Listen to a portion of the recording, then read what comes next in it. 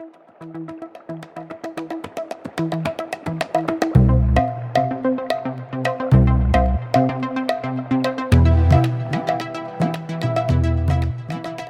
Nature India podcast hit a half century last week. We completed 50 episodes. A tiny milestone perhaps, but our team is super proud that we are able to sustain the audio format over the years to bring you the latest in India's science week after week. Thanks for all the support and feedback.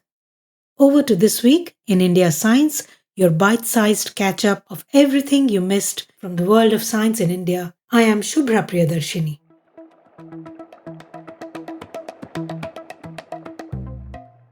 Have you ever imagined a synthetic cell that can swim on its own? No motors, no gears, no external push?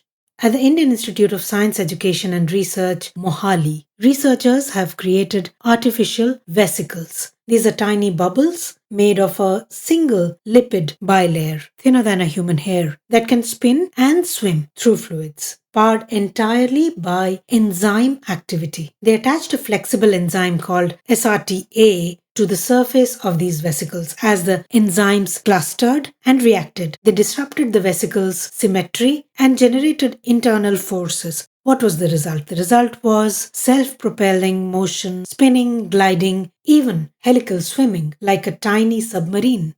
These vesicles mimic how microbes move, but without needing any magnets or external energy.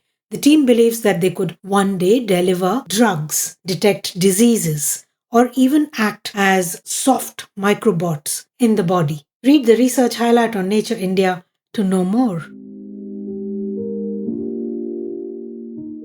India's badlands, those iconic eroded landscapes in the country's west that you may have seen in some Bollywood movies, have long been seen as the worst hit by gully erosion. But new research says we've been looking in the wrong direction altogether.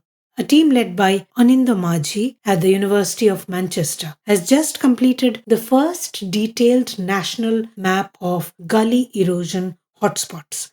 And the results are surprising. It's not the western badlands, but eastern states like West Bengal, Odisha, and Jharkhand that are facing the most severe damage. Gully erosion creates deep trench-like cuts in the land, growing worse with every monsoon. Deforestation, poor land use, and increasingly unpredictable rainfall are making the problem worse and fast. See, climate change is a major accelerant. Once a gully has formed, it grows with every storm, eating up fields and displacing communities. We were surprised to find that the worst affected areas were not in the traditional badlands. This has serious implications for soil conservation and land management policies in India. Anindya Majhi there. The team mapped erosion using high-resolution satellite images and spatial models. They identified 77 districts in urgent need of intervention. On the ground, the toll is already visible. Farmers say they are losing land every year. Some have given up and moved to cities. Experts warn that without targeted government support and better land management, this crisis could spiral. Read all about this overlooked problem on Nature India this week. Do you know why some people with dengue get severely ill while others recover quickly? Scientists in Delhi may have found part of the answer. A new study from the National Institute of Immunology in Delhi has identified a specific immune cell, a subset of T cells called IL-21+, that seems to drive these severe cases of dengue. Most studies have focused on T cells that kill infected cells. We actually looked at how T cells regulate the antibody producing B cells, and that's where things got interesting. Lead scientist Nimesh Gupta there. The team analyzed blood from 170 dengue patients and discovered that these T cells produce a molecule called IL-21. This in turn pushes B cells to flood the body with antibodies, but not the helpful kind. Instead, they may trigger an overreaction, leading to a dangerous phenomenon known as antibody-dependent enhancement, or ADE. Gupta says their findings could help develop safer vaccines that steer the immune system in the right direction and avoid the risk of ADE.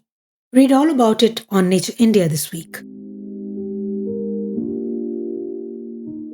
And finally, ever wonder if what your great-great-grandparents ate could affect how your body handles infections today? Well, a team of scientists studying fruit flies thinks it just might know that. At Ashoka University and the University of Lausanne, researchers raised fruit flies on a poor diet not just for a few weeks or months, but for 270 generations. That's 11 years of undernourished living. Then they exposed the flies to a bacterial infection that normally makes them sick.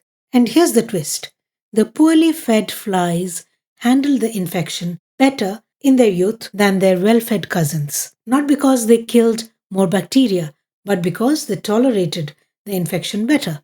They just coped. In this experiment, flies were initially adapted to survive on a poor quality diet, and that seems to have made them more resilient to bacterial infection early in their life. But the early benefits also came with a cost. As they aged, their tolerance faded. That was Imroz Khan, the study's principal investigator at Ashoka University.